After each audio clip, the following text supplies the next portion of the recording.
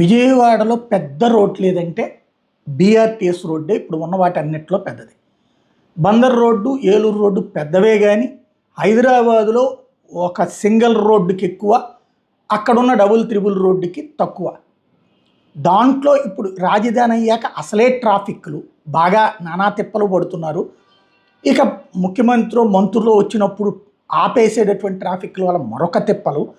దానికి తోడు చిన్నపాటి వర్షం వచ్చిందంటే పోలీసులు, మున్సిపల్ అధికారులు గ్రౌండ్లో ఉండి పనిచేస్తే బాగానే ఉంటుంది, కానీ పని చేయకపోతే నగరం మొత్తం ట్రాఫిక్ అస్తవ్యస్తం అయిపోతుంది.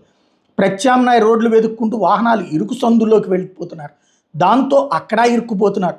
Bandar road, polyclinic road, Siddhartha road, DV Manor road మీద ఇవాళ నిలిచిన భారీ వాహనాలను చూసి ఇంకో పక్కన అక్కడ నైస్ బార్ జంక్షన్ నుంచి సిద్ధార్థ దాకా మోకాళ్ళ లోతు నీళ్లు, రోడ్లపైన కార్లతో ట్రాఫిక్ నిలిచిపోయినటువంటి వ్యవహారాన్ని చూసిన వాళ్ళందరూ విజయవాడ పరిస్థితి ఏంటబ్బా ఇట్లాగా ఎన్నాళ్ళు, దీనికి ఏంటి పరిష్కారం అని అడుగుతున్నటువంటి పరిస్థితి. ఇది సహజంగా చూసినప్పుడు ఎక్కడ లేదు, హైదరాబాద్లో లేదా, లేకపోతే ఇంకోటి లేదా. కరెక్ట్, ఇదివరకు బెదవాడికి ఎట్లాంటి పరిస్థితులు ఉండేవి కాదు. ఇప్పుడే తాజాగా ఇలాంటి పరిస్థితులు ఎక్కువ. అంటే నీళ్లు నిలబట్టలేదా, బెదవాళ్ళు నీళ్లు నిలబట్ట.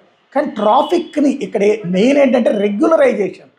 ట్రాఫిక్లో కావాల్సింది రెగ్యులరైజేషన్. ఇట్లాంటి రాగానే మొత్తం అధికార యంత్రాంగాలు రోడ్డెక్కి ఓ పక్కన వాటర్ని క్లియర్ చేయటం, రెండో పక్కన వెహికల్స్ని క్లియర్ చేయడం జరగాలి. అది జరగకపోతేనే ఇట్లాంటి సమస్యలు తలెత్తుతున్నాయి.